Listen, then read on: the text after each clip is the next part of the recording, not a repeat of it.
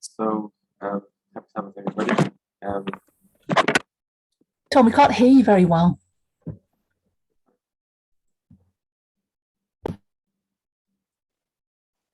How's that? Oh, that's better. The prayer was going in and out. Yeah. Oh, sorry. Okay. Shall I pray again then? You can if you want to. It's up to you. Yeah, because it wasn't recorded anyway. But yeah, maybe start. All right. Let's pray.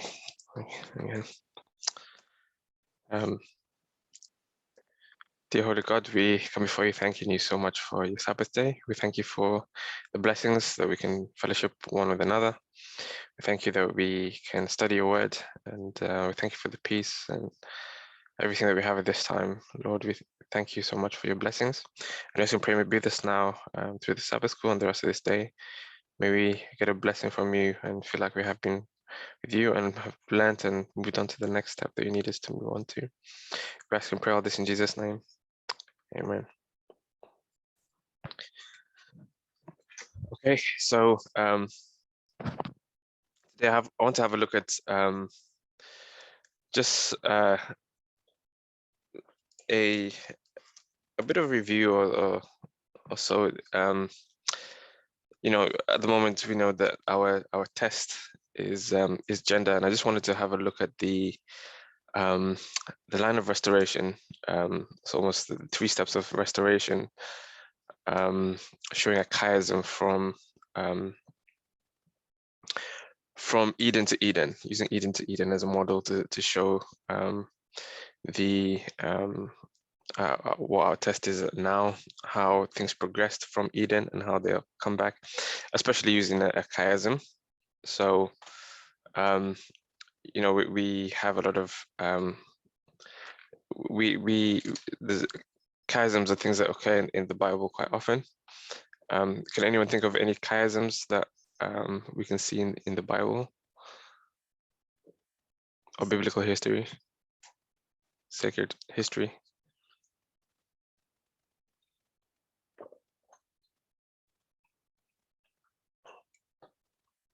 Does anyone know? Can anyone tell me what a chiasm is? It's like a mirror. Okay. A mirror image. Yeah, so it's like a mirror. So I'm going to share my screen. Let me know if you can see it. Yeah, we can see it. Okay. Yeah, so chiasm is like a mirror where you have kind of like a line of history, and something happens here, an event, and somewhere along the middle there's a mirror. It doesn't kind of reflect back this way, but it mirrors it on the other side. Okay, where you have a I'll say a similar event. Now this event doesn't have to be exactly the same as this one. It just has to be something similar. It has the features of it. So can anyone then give me an example they can think of a chiasm that we have seen? At least an easy one comes to my mind. There might be more difficult ones which I can't think of. The 25-20 is probably the easiest one, I think. Yeah, the 25-20. Would you like to lay out the chiasm of the 25-20 for me? If you can remember. If you need a bit of help when it starts and when it ends.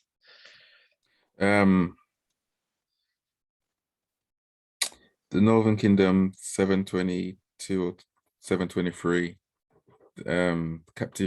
Captivity of the Northern Kingdom. Okay. So I've got 3 way marks here. Would you put it at 1, 2, or 3? Number 1. Number 1. So you put 723 here? Yeah. If you put 723 there, what would be the next one? Is it 742 or 607? Okay, yeah, so 742. 742, I think. Okay. So we have, so it's actually 742 here, yeah. And do you remember what happened here? Is that the prophecy of Isaiah? Yeah, this is Whatever year Isaiah's it is. prophecy. And then This yeah, is 723 yeah, and then 723. for the Northern Kingdom and 677 for Judah. Yeah, perfect. Okay, so this is Isaiah's prophecy of the 2520 in 742. And can you tell me how many years are in between these two here? Is it 19 years Yeah, we have 19 years on this side, and 46? 19 and 46. Okay, and then I'm going to draw a little mirror here, and we're going to mirror it on the other side. And what happened on the other side? I'll leave that for the rest of the class. Okay, can someone else take this for me? I can't see who's on while I'm sharing my screen, and unfortunately, Cedri, I think I had Cedri is there. Can you tell me any of the things that happen on this side? Or tell me what history this is, this would fall under. So this history here is the leading into captivity of Israel, the northern and the southern kingdom. And this part here is a different history. Is that Judah? No. It's not Judah. So we're talking about the 2520. So it's something to do with the 2520.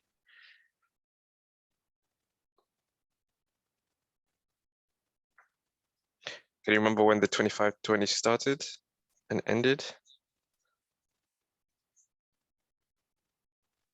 Is it 723 started? Okay, started 723, and where did it go to? 23. 1798? Or is it 1840? Oh, Okay, so what history are you coming to now when you talk about those dates? Millerite history. Millerite history. Okay, great. So these are 3 dates that we find in Millerite history. Can you tell me what dates they are? 1798. Okay, yeah, 1798.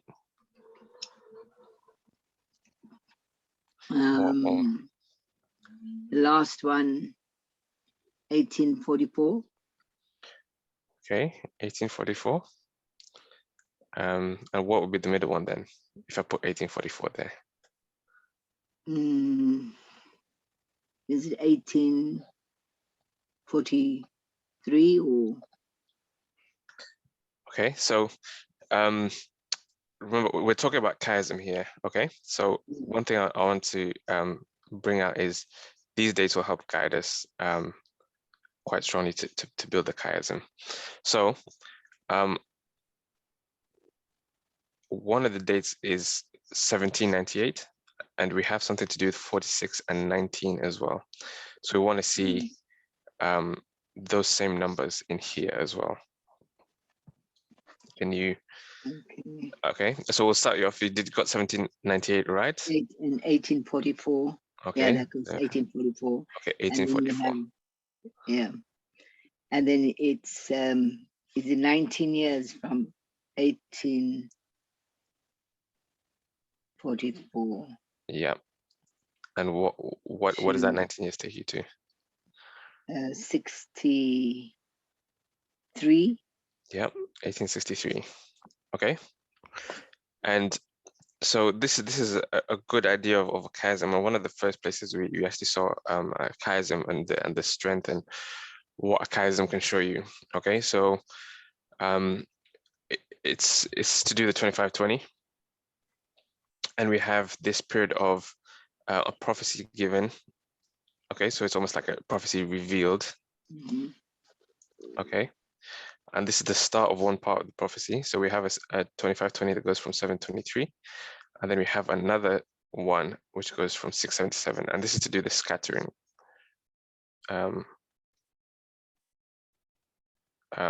God's people at that time, which is Judah. And when it comes to this other side, this is like a time period of gathering. So God was trying to gather his people at this point in this history. And so this is almost like what's happening at the end of this. So this history goes from there to there. So it's scattering and gathering on this side. I mean, there's more nuances to it, but my intention is not to go into the nuances. And you still have that period of, you know, the 46 years between 1798 and 1844, and the 19 years. And what happens at the end? So what happens at the beginning here was the prophecy being revealed, but what happened at the end here in 1863 was the prophecy of the 2520 was hidden. Yeah. So this is the 2520 prophecy was hidden. It was hidden. And so you can see that it's almost like the opposite steps that happen on this side happen on this other side in the opposite way. So here we had 19 and 46, but we have now 46 and 19. So the chiasm is like a reflection where if this here is step 1, this was step 2, this is step 3, on the other side, step 3 will be mirrored at here on that part. Step 2 will be here, and step 1 will be there. Okay, and that's what makes it a mirror. It's kind of like it can happen. It happens in opposite progression. Oops. Yeah, and that's what chiasm shows, and this understanding led us to many more things built on top of that. So it's a powerful tool. It's part of the part of parable teaching, and so it helps us see the progression that God is taking us through in different times, different dispensations. Okay, so so today's Sabbath school is about the tests that we come under, or let me not say the test, let me say the restoration. The restoration, okay? So we have a time period of restoration.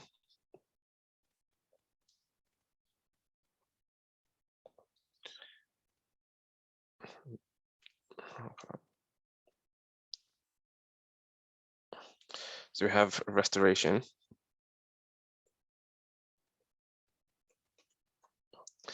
And if there's restoration on this side, and we talk about a chiasm, what do you think happens at the beginning? For something to be restored, what must happen to it? It's broken down or something. Yeah, you could say broken down. Or whatever other word we want to use, it's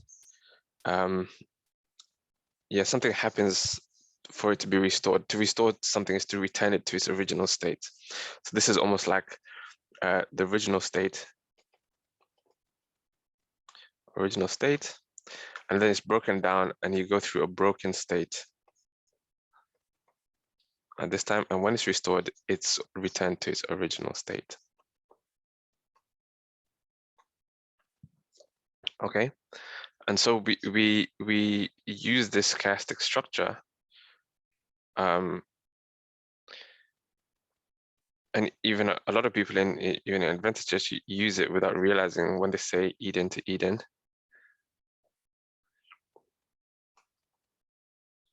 Okay, and this is not Eden in the middle here. There's a bit of a chiasm. So they normally use it just to do with diet. So in Eden, the diet was plant-based diet. And then something happened, is broken. Something got broken here, and they say not plant-based. Okay, and then when we get to this end, God is restoring the plant-based diet.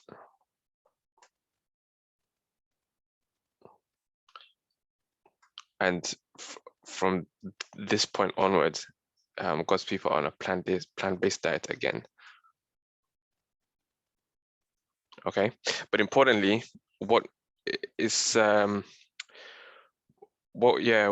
in the church is not that, well, actually, some people say we'll get to heaven and that's when we start eating a plant-based diet, you know, when you're in heaven, you start eating a plant-based diet. But a lot of people realize and know that you have to be restored to eating a plant-based diet to get into heaven, to eat a plant-based diet. Because when you get to heaven, or when Christ comes, there's not going to be any changes, like you won't be just changed. So this restoration has to happen before you return to Eden. Okay, so these steps happened coming out of Eden, but these steps have to be restored to get back into Eden. Does that make sense? Amen. Okay.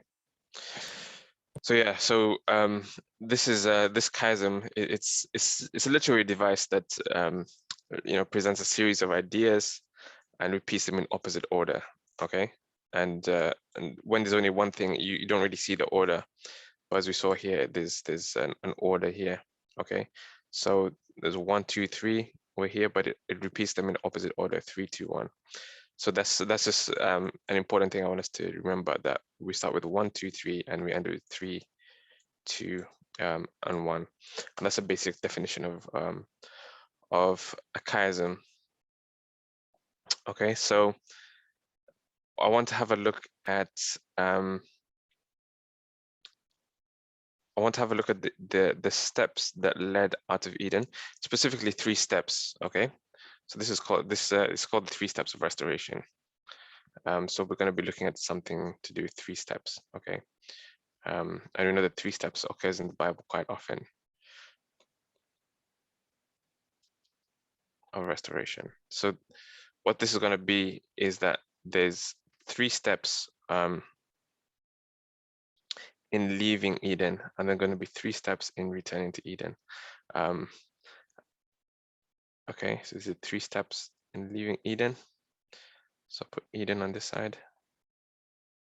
And then we have 3 steps of breaking down, as Cedric mentioned. And then we have 3 steps of restoration. Okay, so 3 things. These 3 things will be broken down. So again, 1, 2, 3.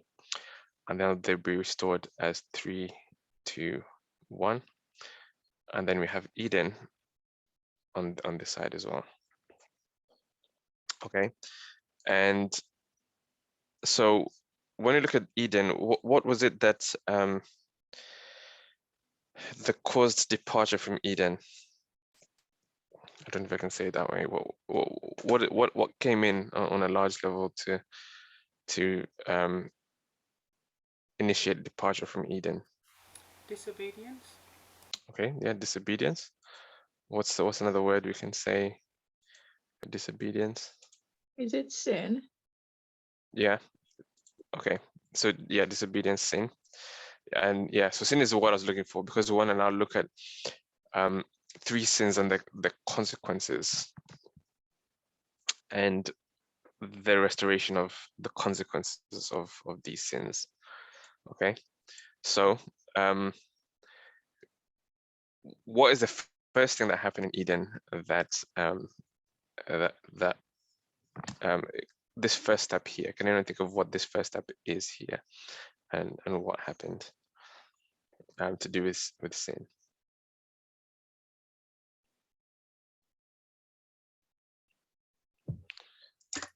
Tom, just before you do that, I know I don't want to derail it, but I just wanted to make a comment on what you've already put up, which I think is quite powerful.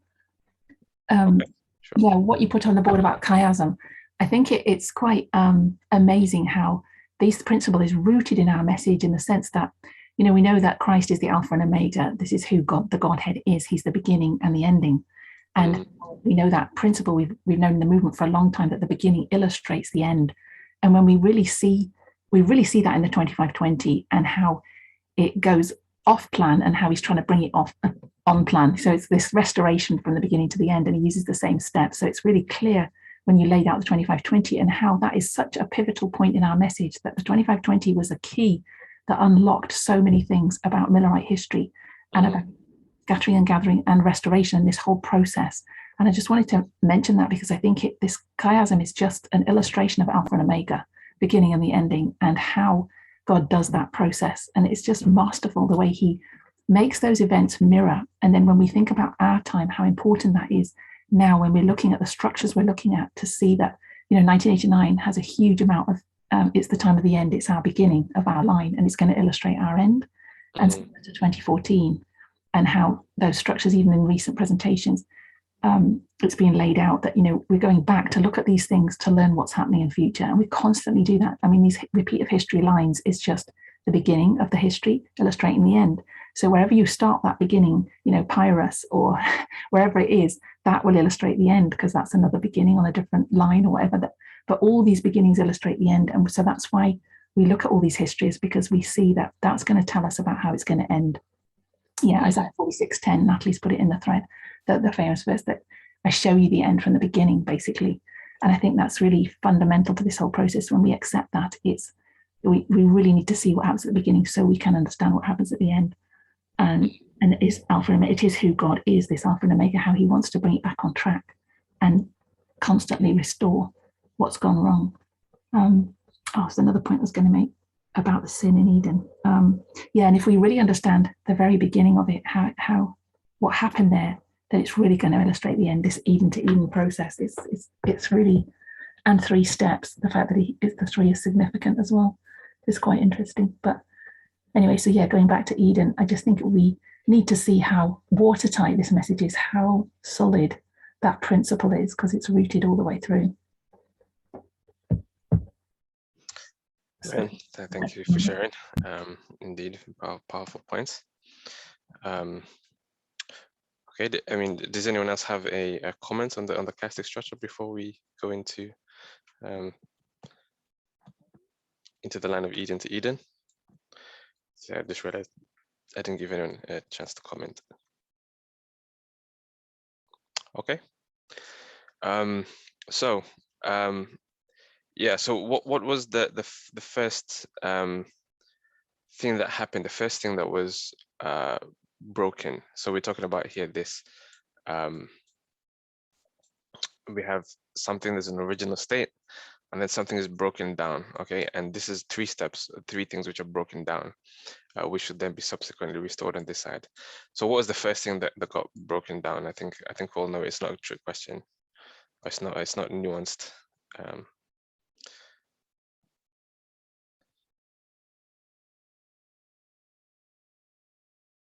Well, they were created perfect, weren't they? And that's what got broken down, the perfection, because they listened to Satan's voice rather than God's voice, caused doubt. So I don't know which one you're looking for. Okay, yeah. So they were in a state of perfection. So that's when you talk about they're in an original state here. So then an original state, and then that gets broken down. Okay, and so yeah, you mentioned the perfection. The perfection is like this side. So they're in the original state, and then they need to be restored to the original state. And yeah, as you mentioned, it's something. It's what you said, but maybe a bit more specific. What happened here? What happened when they listened to Satan, and what was the consequences of that? They got led out of the garden, didn't they? Is that what you mean? Yeah, so this is the leaving of the Edenic model. So they leave from the garden here. But there's something that happens to make them guard of the garden. Very specifically, I think it's more or less what you said, but I suppose I'm just looking for. You mean because it caused doubt? You're looking, I think sorry, can I help? He's looking for Sure. 3 sins, Debbie, the specific sins that have, corrupted the plan of salvation, the whole plan of creation. So 3 sins came in, and what 3 sins need to be restored at the end of time? What 3 sins need to be dealt with? Does that help?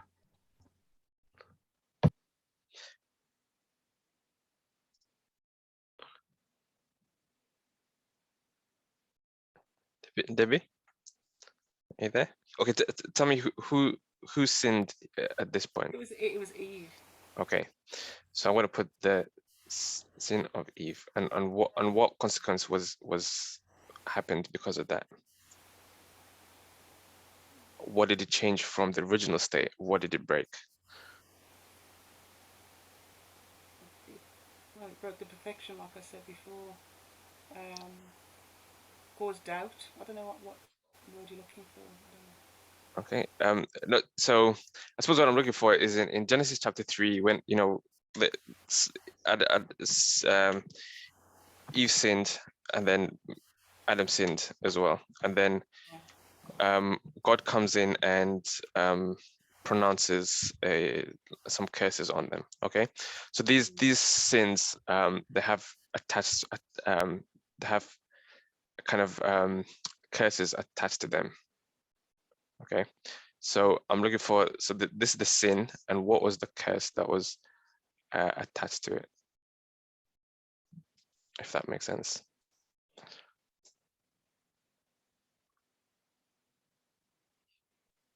Okay, anybody else?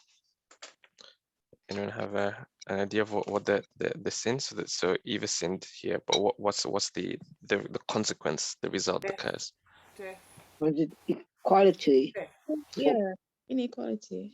Okay. Equality in it. Yeah. Okay. So Gender. right.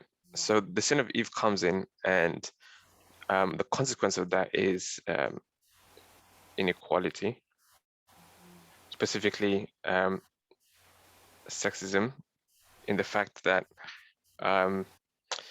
let's read a couple of verses actually. So let's see what things were like in the original state of Eden. So I'm going to paste a couple of verses in here, and it doesn't paste very well. Let me paste them one by one. So Moy, if you could read the first verse for me, please. Debray, if you could read the second verse for me. Genesis 1:27, and actually, if some more, you could read all three because there's this one passage. Okay. I posted them in the chat. Oh yeah. Genesis 1 verse 26. Okay. And God said, let us make man in our image after our likeness, and let them have dominion over the fish of the sea, and over the fowl of the air, and over the cattle, and over all the earth, and over every creeping thing that creepeth upon the earth. So God created man in his own image. In the image of God created he him, male and female created he them. And God blessed them, and God said unto them, be fruitful and multiply, and replenish the earth, and subdue it, and have dominion over the fish of the sea, and over the fowl of the air, and over every living thing that moveth upon the earth. Okay, so what can you tell me about the state of what it was like in Eden before, in its original state, and in terms of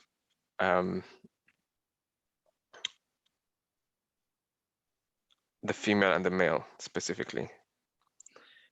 What can you tell me from these verses? What sticks out to you? What can you see? The both of them have dominion over the fish and the living thing upon the earth. And then God blessed them and said they are to be fruitful and multiply. Mm-hmm. So both of them had the same role. Okay, so yeah, so let me just pick up on that in verse 26. It says that let us make man in our image. Okay, so this is, I know it uses the word man, but it's referring to let us make man in our image after our likeness, and let them have dominion over fish of the sea. So this is God is making them in the image. God is making them in his image. So I'll put here God's image. Okay, and oh, sorry, don't know what happened there. And it's not drawing a distinction between the one or the other, even when it comes to God's image. This is partly what we talk about at this time when we're talking about the gendering God. You know, he made male and female in his image. And so even that's why when now we use gendered terms for God, it can be problematic because we're putting a gender in there which originally was not supposed to be there, in the sense that both the male and female are made in God's image, you know, them together. Okay, and they're both given dominion in Genesis 1:26. Let them have dominion over the fish of the sea. Yeah, and just going to God's image, Genesis 1:27, it says, so God created man in his own image. In the image of God created he him, male and female created he them. And it's quite interesting because it talks about, it says it created man, but then it's male and female. So even when it says man, it's actually male and female. And when it says created he him, that him is referring to both male and female. It's almost like, although it's a gendered term, the way it's written, it's actually referring to male and female. So sometimes when you read the Bible, when you read about God and we say he and things like that, although it says he or it says things might have these male gendered pronouns, we see here actually the male gendered pronoun refers to both the male and the female, if that makes sense. Can anybody else see that? Yeah. Sorry, can you say that again, please, Tom? Okay, so in Genesis 1:27, it says, so God created man in his own image. In the image of God created he him. So if I just stop there and I say, in the image of God created he him, what would you expect that him to be referring to? If you didn't read the rest of the verse. A male. A male, okay. Well, yeah. But then what does it say in the other part of the verse? So it's kind of now expounding on him. Okay, so if I say God created him. So what is this him? Okay. So when it uses this pronoun, this gendered pronoun, this male pronoun him, what does it actually refer to? It's actually referring to both female and male. It's not just male. So I'm just making that point to say, you know, even other times when we read in the Bible and we see a lot of gendered terms, you know, it doesn't, it's not at the exclusion of the female, and usually, in fact, it's an inclusion of the female there. So when you say him refers to both female and male. Does that make sense? Right, yes. It's kind of like a bit generic, is it? Yeah, so although him is a gendered term, it's a male term, it's actually referring to both a female and a male. It's not just a male, if that makes sense. And it's just there to make you think, like when you're reading through the Bible and you're seeing a lot of these gender pronouns, maybe even talk about God and things like that, you know, it's just a question that is it saying that it's literally a male, or is it just talking about, you know, like Male and female. Yeah, more than just a male. Right. Yeah. I get it. Yeah. Thanks. Okay, so now and exactly why I'm making that point is to say the female and male are made in God's image. So this is God's image. Okay, so they have dominion. They're made in God's image. When you see man is both female and male. Yeah, and again in in Genesis 1:28, again it says, and God blessed them, and God said unto them, be fruitful and multiply and replenish the earth and subdue it and have dominion over the fish in the sea. So even if you'd misunderstood in verse 26 that God has made man in our image and let them have dominion, Genesis 1:27 clarifies that this man is male and female. Okay, so they have dominion, they both have dominion, and they're both in God's image. It's not just one of them that looks more like God than the other, or represents God more than the other. It's not just one of them that has dominion more than the other, if that makes sense. Okay.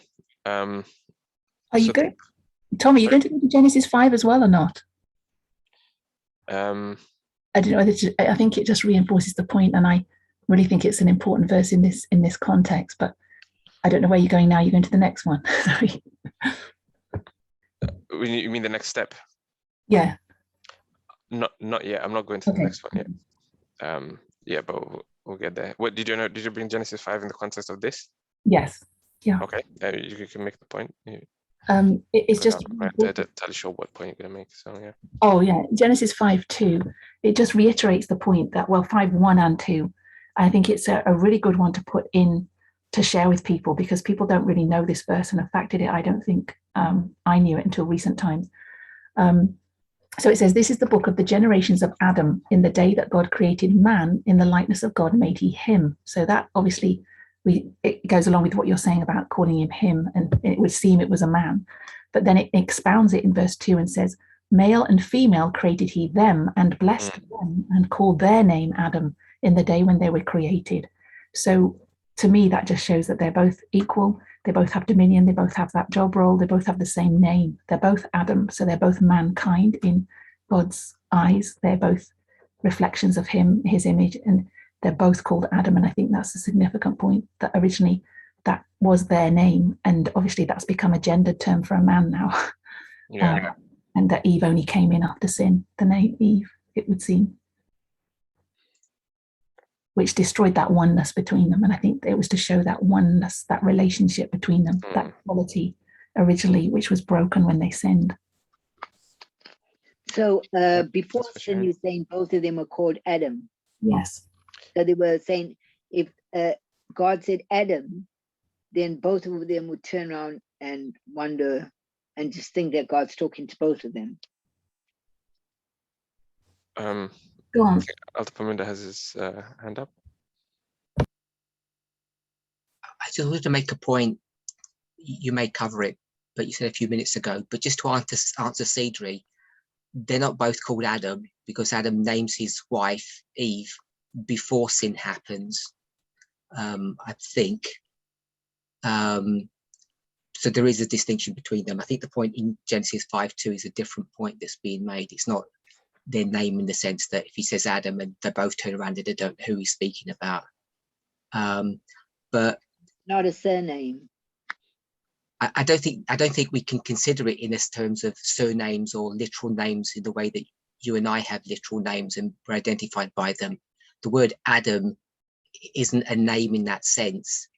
It's indicative of the process of creation. If you look at the word Adam and what it means, it tells you where your roots come from. There's a lot more wrapped up in names than we give credence to, I think.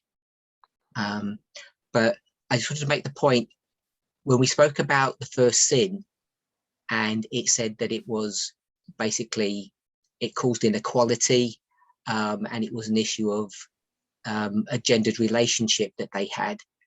If you use parabolic methodology and compare and contrast and juxtapose in a microcosm, not in a big way, but just in a microcosm way, pre-sin and post-sin, just using parabolic methodology will prove to you if the post-sin consequences of the sin that they did was gender equality, that the wife will look to her husband, that the husband would have headship over her, then you know in the pre-sin model, when they were created, they had to have equality.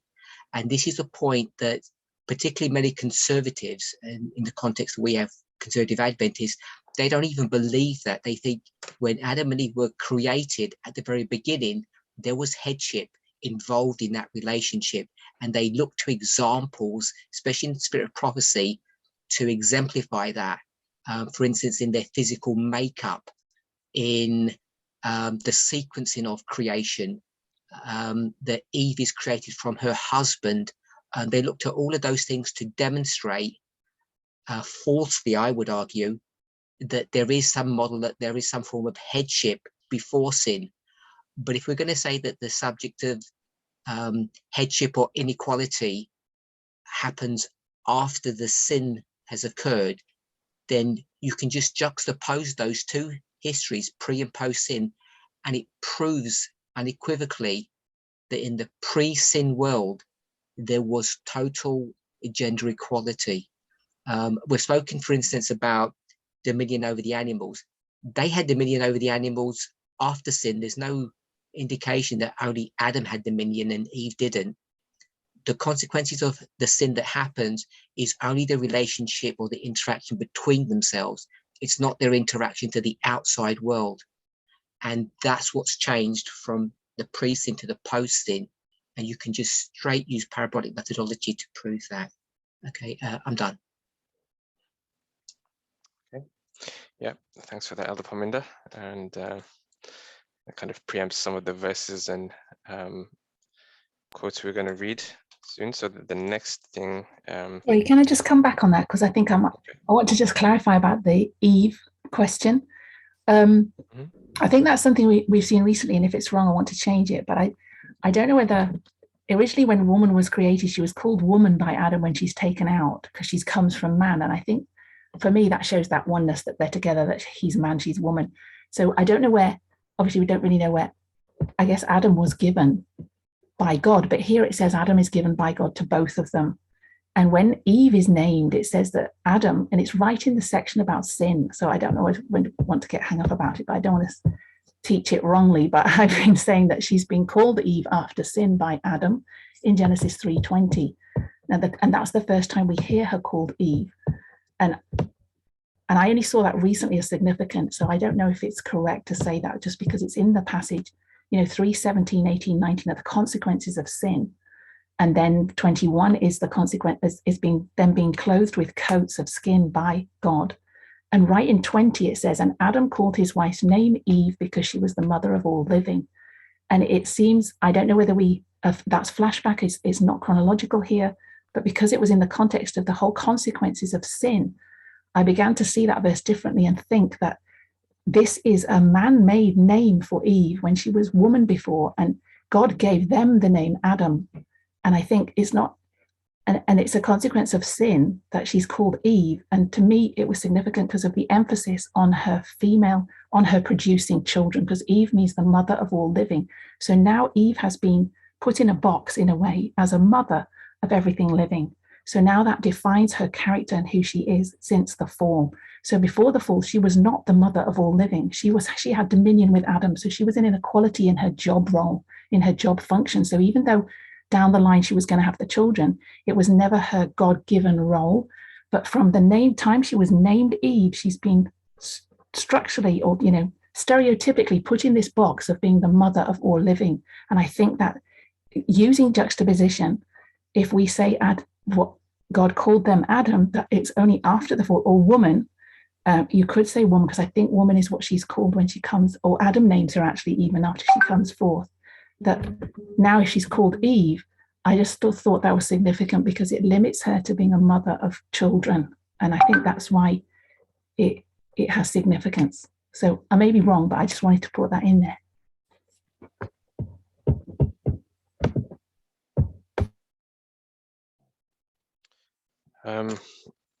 Yeah, maybe I've never really thought about that. So probably have to think about it before I can comment on it. If anybody has a comment to that, feel free. But we want to cover a bit of ground on this. So Natalie, if you could read Genesis 3:16 for us, please. So now sin has come in and there's going to be consequences of the sin. So this is where we are now. So we've looked at the original state where the male and the female are God's image and they have dominion, and they're called man or Adam. And now that's going to be broken. So let's see what gets broken here. Elder Pominda says, I agree with Emma's observation about the name Eve being post-sin. Okay. Natalie, would you mind reading for us the verse? Unto the woman he said, I will greatly multiply thy sorrow and thy conception. In sorrow thou shalt bring forth child, and thy desire shall be thy husband, and he shall rule over thee. Okay, so what's happening here, Natalie?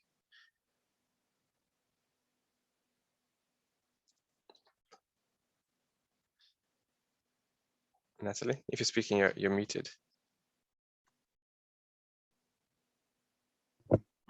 It's just talking about the sin and of Eve, and now she'll be under headship of her husband, and he will rule over thee. Okay. Her sorrow will be conception, having children, in having children. Okay, yeah. So it says, I will greatly multiply the sorrow and conception. In sorrow shall thou bring forth children, and thy desire shall be to thy husband, and he shall rule over thee. Maybe I could just share my thoughts. I don't know if anybody else would like to contribute their thoughts on this verse. You know, I think sometimes when we look at Eden to Eden, we might think, you might read this verse and say, wait, actually, Eve's giving birth in sorrow and bringing forth children in sorrow. So why is that not going away now when we're restoring the other part of the verse, which is that your desire to be that thy desire shall be to thy husband, and he shall rule over thee. So there's two things going on here. There's one that's affecting her body, and the other that's affecting her mind. Okay, so the one that's affecting her body is that she'll bring forth children in sorrow. So these are like labor pains and things like that. And the other one affects the mind. You know, that desire shall be to thy husband, and he shall rule over thee. And maybe sometimes people have issues, or maybe sometimes you might think to yourself, okay, well, if it's Eden to Eden, then why is it that we're restoring one part, but the other part, women are still having children now in pain and labor? And I think maybe that thinking can kind of miss the point of the whole Eden to Eden restoration. So one thing we know on this earth, we're here to perfect our characters and our minds, whereas our bodies are still going to be sinful and fallen, and that's why when Christ comes, he'll give us new bodies. We'll get new bodies when Christ comes. In heaven, you get new bodies, but to be prepared for that new body, you need the mind that can go in that body. The mind can go in that place. So the whole restoration is less about your physical body and more about your mind, your character. So for example, we're supposed to be perfect and sinless, but it doesn't mean that your body is now perfect and sinless. Your body will still suffer the consequences of sin. It will still age, it will still get sick, and it will still die given enough time. Whereas your mind, your character will be restored and perfect. So your mind will be perfect, but your body will not be perfect. So what God is restoring is not the body, but the mind. The body is kind of just a vehicle to help us get the mind. And I think we looked at, I think Adventist Home 127, which says that, your body is the house in which you live in, kind of thing. So that's how I view this verse. That's how I view the fact that, yes, there's two curses here, but only one of them is being restored before Eden. The body part will be restored when Christ comes, and there's a new, we get new bodies. We can still eat plant-based here, but we're still going to die eventually. But it's more to prepare your tastes, to prepare your character for heaven. It's not to prevent you from dying, because you eat plant-based, you eat meat, you're both going to die eventually. But the eating of the plant-based diet is less to do with your body. I mean, it's kind of to do with your body, but less to do with your body and more to do with your mind. It's preserving your mind, having the clarity of mind, having the taste, getting away from having to kill to eat, these consequences of sin. So that's how I view this verse, Genesis 3:16, because it has two cases, but only one of them is being dealt with in the Eden to Eden restoration model before getting to Eden, and that's the mind. Whereas the body can be transformed at any time, and God will transform the body, but it's the mind that needs to be restored. And that's why the restoration is to do with the headship, the part of the mind, that desire shall be to thy husband, and he shall rule over thee, and not to do with the body. Can I just comment on that? Yeah, I think that's a really good point, and I think we have limited that verse for years to being conception and pain of childbirth and the labor pains, like you say, making that the be all and the end all of the verse, when it's parabolic language for us now at the end of the world, and that whole sorrow is multiplied through having children, because the curse we see of this headship and rulership and oppression falls on the woman heavily, and on the children are just casualties. They're like cannon fodder in the whole thing. So that in every dispensation where we see oppression towards women, the children get the abuse as well. It's always women and children that are persecuted, abused, sexual abuse cases, the children suffer if it's violent, if it, the whole thing, it's just fallout. It's a terrible multiplication of the woman's sorrow that her children will suffer with her in that situation of abusive headship, model. And I think that's what we need to see in the verse, that it's multiplied, your sorrow is multiplied by their children suffering on top of it, of this rulership model. And we see that as history progresses in Genesis with, polygamy and multiple wives. The children are a complete mess. Even Jacob's family is an illustration of how the children are going to suffer from that as well. So I think that's what the verse is kind of leaning towards, because obviously it's a spiritual connotations in our time. We don't take everything so literally. That's what you're saying, really. I just want to back it up. Okay, thank you for that point. Very good. All right, so let's read about this in a bit more resolution in Adventist Home, page 25, paragraph 3. Debray, could you please read that for us? Of course, Tom. God himself gave Adam a companion. He provided an helpmeet for him, a helper corresponding to him, one who was fitted to be his companion and who could be the one with him in love and sympathy. Eve was created from a rib taken from the side of Adam, signifying that she was not to control him as the head, nor to be trampled under his feet as inferior, but to stand by his side as an equal, to be loved and protected by him. A part of man, bone of his bone, and flesh of his flesh, she was his second self, showing the close union and the affectionate attachment that should exist in this relation. For no man ever yet hated his own flesh, but nourisheth and cherisheth it. Therefore shall a man leave his father and his mother, and shall cleave unto his wife, and they shall be one. Okay, so what do you take from this, looking at how things were like before sin, when Adam and Eve were together? Before sin, it shows that there was no inequality at the time. No one was to rule over one another, but to serve one another, to work together equally, as it emphasizes. Like the statement it makes that someone wouldn't, the man wouldn't, just gonna try and find it again. He wouldn't, for no man yet hated his own, no one hates his own flesh. So I like the part that it just pretty much repeats and enlarges everything we've been discussing this morning about how everything was just working in absolute union. So it's what I grasp from this paragraph. Okay. Yeah, thanks for sharing. I think when I was reading this, I thought about when we look at creation and we see Adam was created first, and then a rib was taken out of him to create Eve. I think historically, I think this is the other word to use, historically, traditionally, we've looked at that as, okay, well, Adam was created first, and then because Eve was created from a piece of Adam, then that means that Eve was, I don't know, inferior to him in some way, because she was created from a piece of him. And that's how Christians traditionally view it, that Adam was made first, and so he's the head, blah, blah, blah, blah, blah. But actually, as I read this, I start to realize, actually, you know what? I think God had to do that in order to enforce equality. So in the sense that if he made Eve from just the dust, I always think, like, why did God just not make Eve from the dust just the way he made Adam? Like, why did he need Adam's rib? And I think it's because he could foresee what was going to happen, and he put that in there as almost like a parable to teach us about equality. So if Eve was made just from the dust, then there would be nothing to kind of enforce that equality. You'd be like, no, you were made second, blah, blah, blah, blah, blah.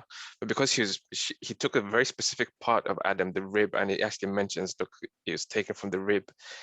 it's a parable to teach you that the fact that the other person I'm going to make is equal to you. They're not below you. They're not above you. So God has to put that lesson in the creation of Eve through the rib, rather than just creating Eve outside that and not having.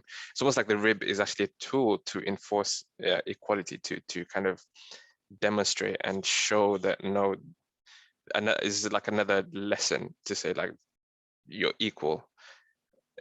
Whereas if that rib wasn't there, then there'd be one less thing to show equality. Does that make sense?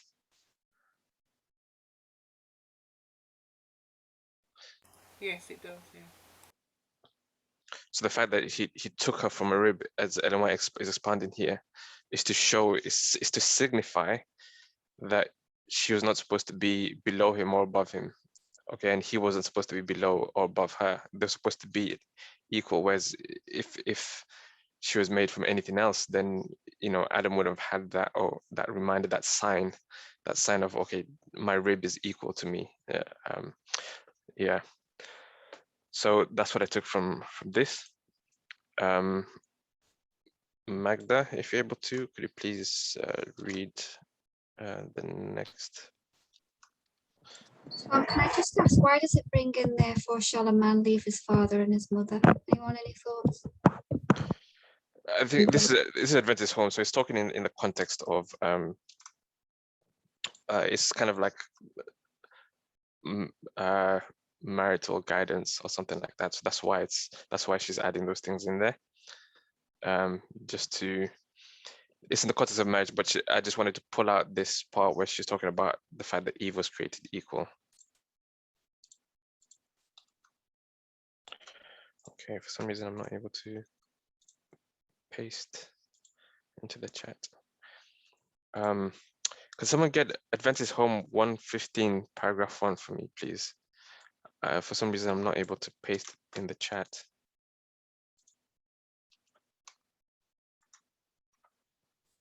It might be a bit too long for me to paste. Is that why? Okay, let me try and paste it in sections. Okay, yeah, that works.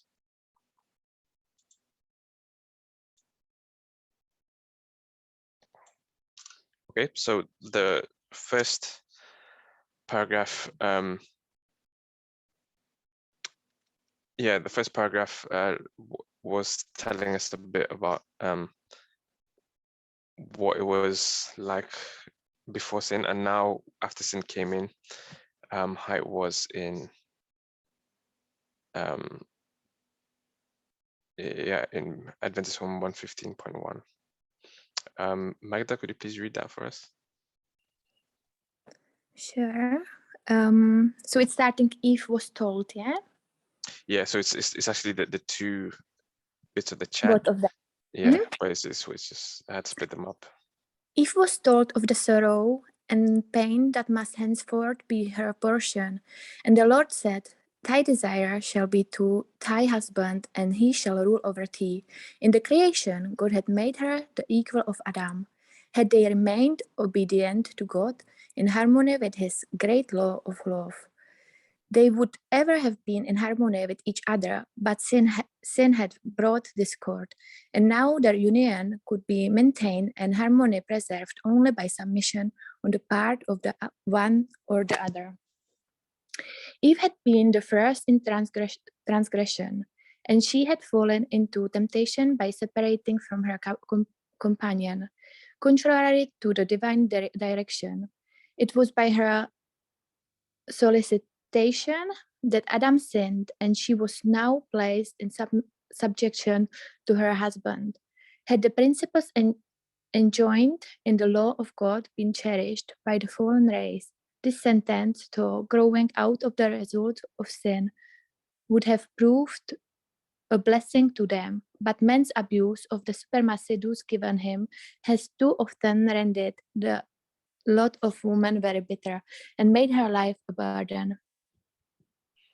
Okay, thanks for reading. What do you draw from this paragraph in terms of what things were like before Eden and what happened after the sin, and this whole issue of headship and sexism? What do you What do you take from the paragraph? So if they would remain obedient, so they would be in harmony, they would be equal. But because of the sin, so there was this curse because they got separated. So Adam was ruling over Eve, and she had a desire over to him. So it's just compare and contrast of how it looked before and how it looked after the sin. Okay. Yeah, thanks for sharing your thoughts. Yeah, and this is going back to what Elder Paminda shared earlier. What I take from this is that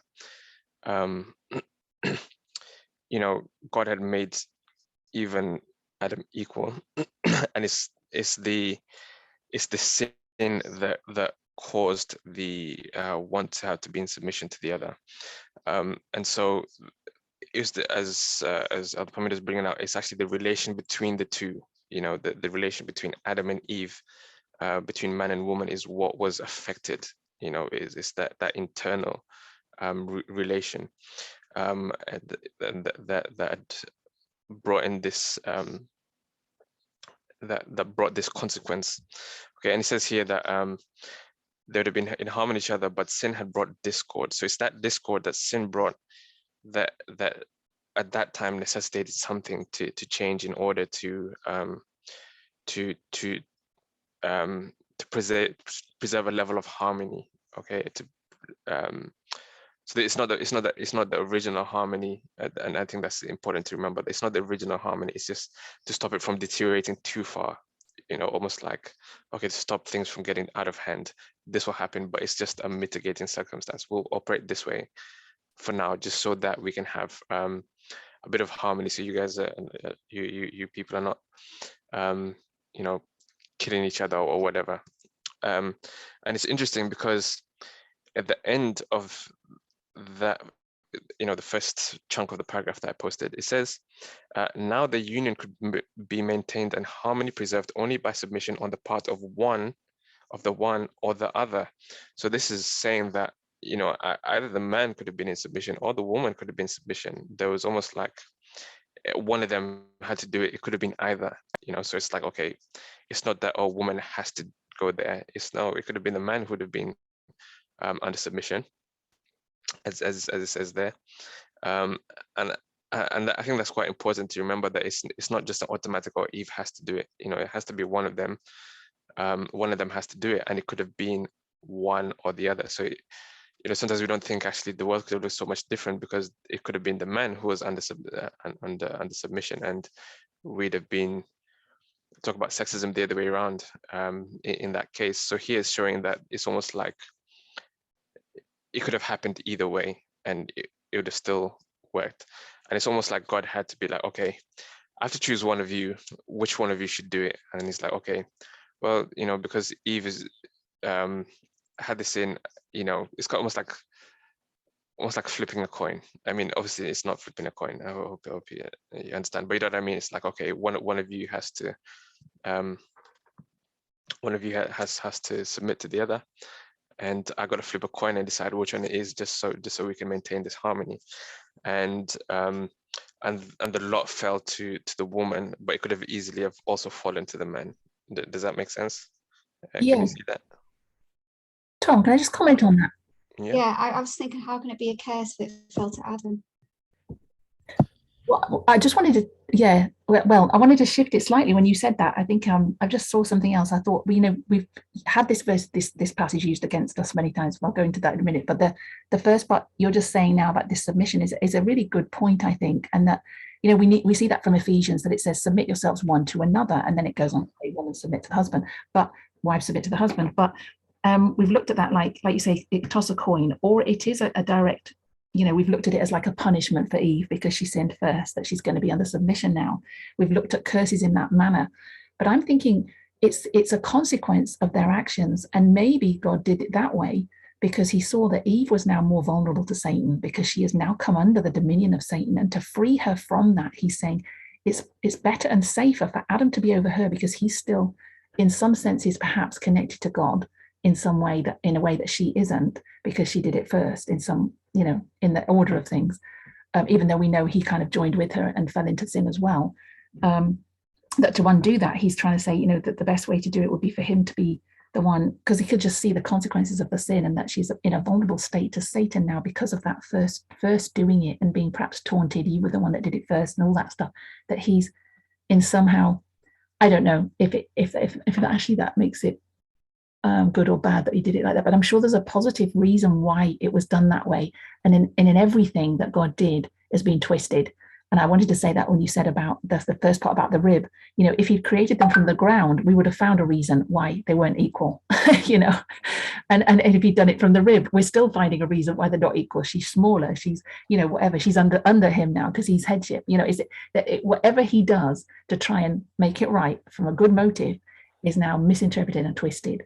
So I think that's what we've got to be careful when we look at that. We think, oh, God placed Eve under him, it's God's fault. There's always that tendency to go in that direction with it, when I think it's actually, he's always trying to restore and protect and bless, and it just gets perverted. And so that's one point. I don't know if you wanted to come back on that one, or just wanted to make a second point about this paragraph. No, you could make a second point. Were you going on to the second part of it? I was, but then welcome any other comments. Okay, I can come in when you've said your piece about it, because you have some thoughts on it first, if you want.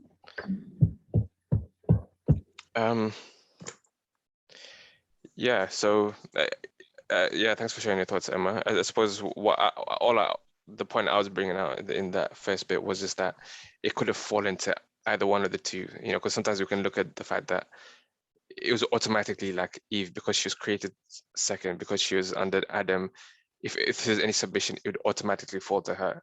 And I think what I'm trying to say is that actually I'm not really sure it was like that. I think it was like, okay, one of them had to do it, and you have a choice of two, so you have to just choose one of the two. And there's definitely a reason why God chose it, as you said, that I can't, I don't know exactly why God.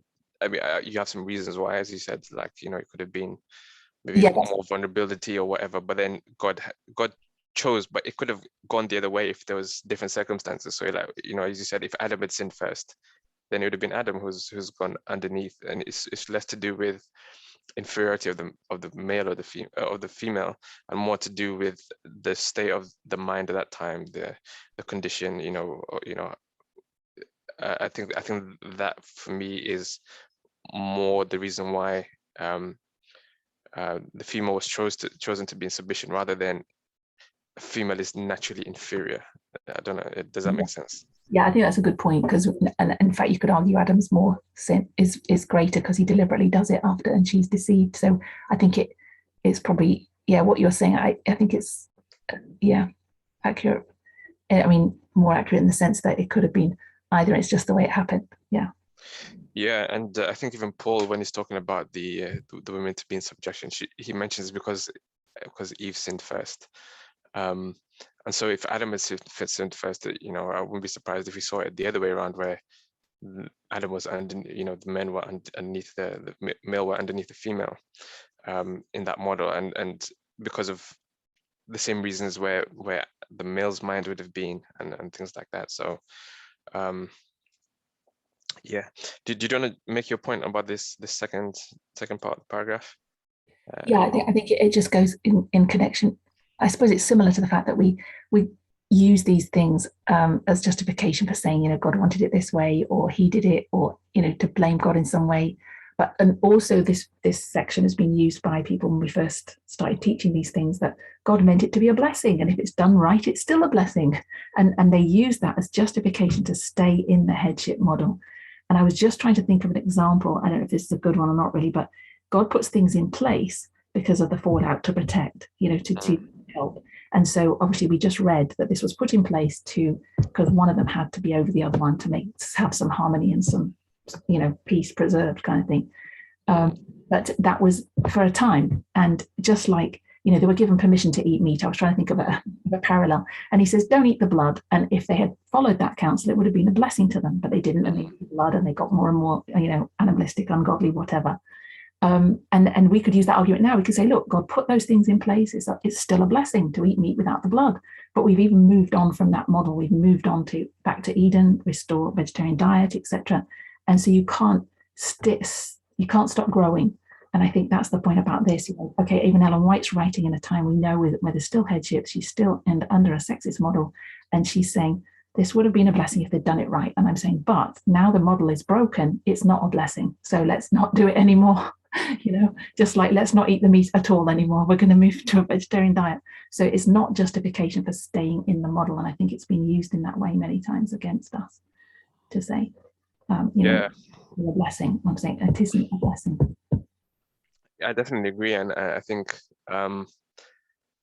we look at a lot of different things in that way, that okay, God put it in place for a time, but we don't, you know, it was for that time. There's something going on, and it's to teach something, but it wasn't. That's not how it's supposed to be. You know, like you mentioned meat, but we talk about we can also mention slavery when the Israelites were told to go into these different places and take slaves of different communities, because it's better for them to be slaves of the Israelites. They can learn about God that way.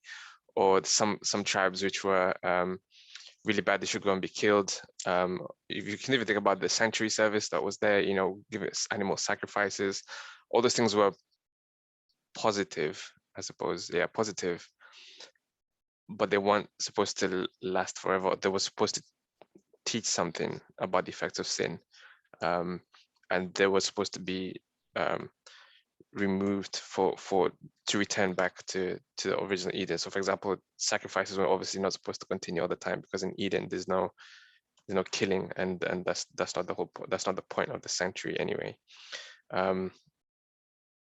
And yeah, so the same thing for Eve being made in subjection. It was almost like firefighting. You know, you kind of like just do something like, okay, I need to put this in now, or else it's going to deteriorate to get to a point where it's too bad. But then now, once things have settled, we need to remove it and restore it, replace it, and we see God has done that step by step through different things, different times in sacred history.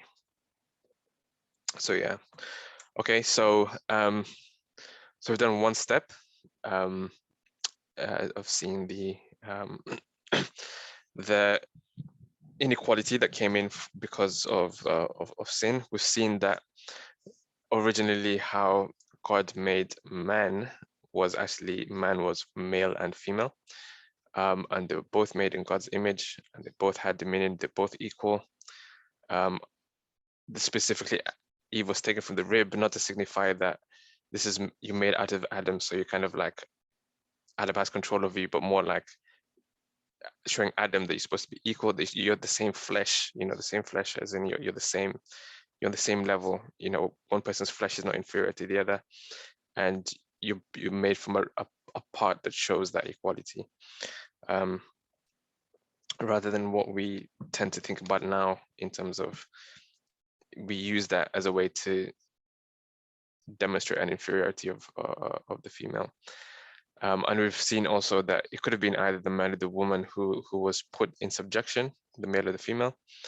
And so, you know, it just kind of opens your eyes to the fact that it wasn't so, it's almost like I said, I use the word flip of a coin in the sense that it could have been either one or the two. And I don't say that to make it a flippant, I don't mean to make it light, but to say that it could have easily been the other way around. It wasn't just the natural quote unquote progression to happen because of females' inferiority, but actually it's because of a consequence of things that happen. And if things happen in a slightly different order, then things would have been completely different as well.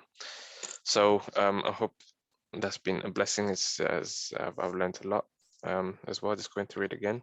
And so we'll stop there, and I've got Sabbath school to do in about a month's time. So we'll continue through the other two. And then that will show us the order in which they are supposed to be restored. Does anyone have any comments? Last closing comments I'd like to share?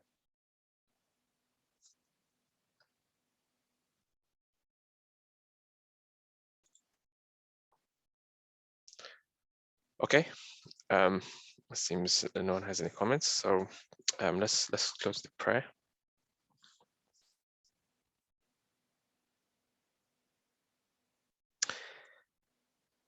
Dear Holy God, we thank you so much for your goodness and your mercy. We thank you for your word, which sheds a light on our path and our time.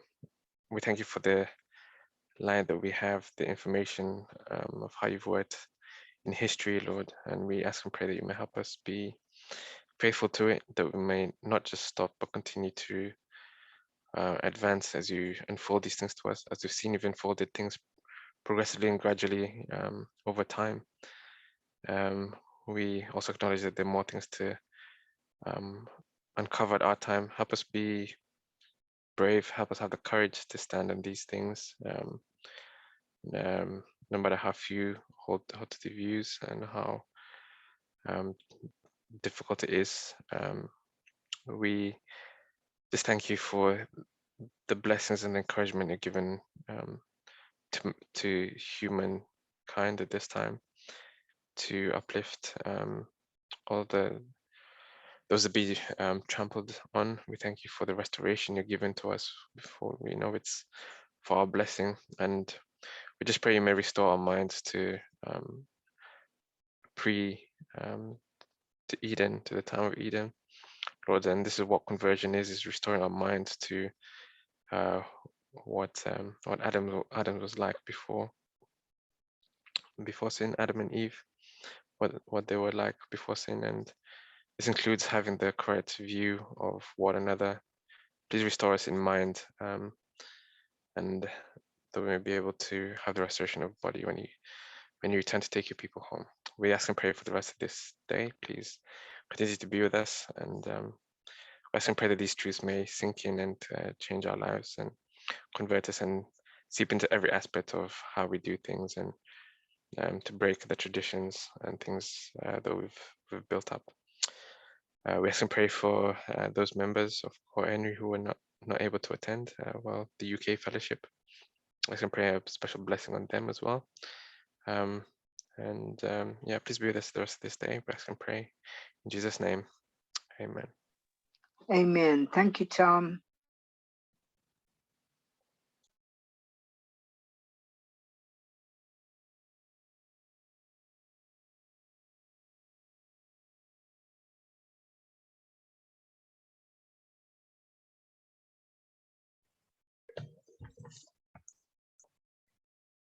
Can whoever is recording stop recording?